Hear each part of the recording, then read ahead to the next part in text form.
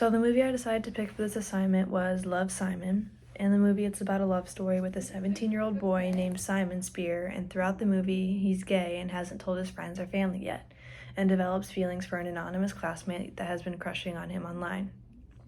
So basically, it's about a boy in the closet and hasn't found the right moment to come out, and he later found out that the anonymous classmate was also in the closet, and they talked to each other under code names. So there was a bully in the movie named Aaron who harassed Simon for being gay, and then Simon's parents are Jack and Emily Spire, and then people in his friend groups were Abby, Leah, and Martin, who were both part of the friend group, and a few others. And overall, I'd say the movie was really cute and well put together and sort of a breakthrough for the LGBTQ community, and just showed that it's okay to be true to yourself no matter the outcome at the end of the day. And so 4 of the concepts that stood out to me were, we can start with the feeling rules, and which refers to what people should feel or have the right to feel in a given situation. Any feeling one has in response to a situation takes into consideration the situation's impact on the group as a whole. And so Martin's feelings, him feeling a certain type of way with the fact that Abby rejected his proposal to prom, and earlier in the movie he had blackmailed Simon into getting what he wanted, and if he didn't, then he would out him. And so he retaliated by posting online that Simon was gay and wanting to harass him and say that Simon was willing to sleep with any male student that was interested. And it just goes to show how one decision made off of feelings can have a huge impact individually and as a whole. And it kind of puts Simon in a tough situation because, that's a big step to take on your own, and it shouldn't be made by someone else.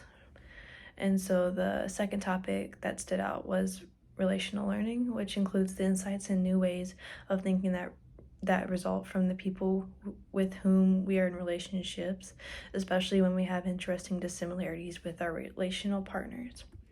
So in the movie, I chose to do the relationship between Simon and his dad. And in the movie, throughout the movie, his dad tended to make smart jokes and remarks to him about women and the straight jokes, and like making fun of him if he had a girlfriend, or looking at magazines and all that kind of stuff. And so when really it was the opposite, and so that just shows how they both have interesting dissimilarities that they can each grow upon. Thirdly is the intercultural friendships. So when we think about intercultural friendships, we not only acknowledge the actual and perceived differences between friends, but also the friendship is a construct that means different things across cultures.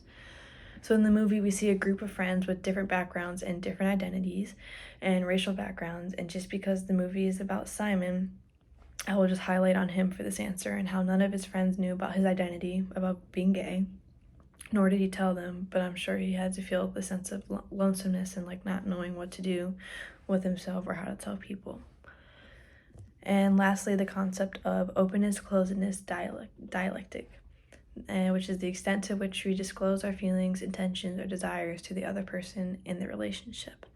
So 2 examples of this is when Simon came out to the anonymous online classmate and just talking about it and coming out to them, and then later coming out to his family, especially his dad and his mom, and disclosed that he was gay, and just knowing and understanding from his mom when she told him how that nothing changes, you're still you, and you should be proud and confident and all that kind of stuff. So it was a nice little ending, and overall this was a really good movie, and would definitely recommend to those to watch if you haven't. So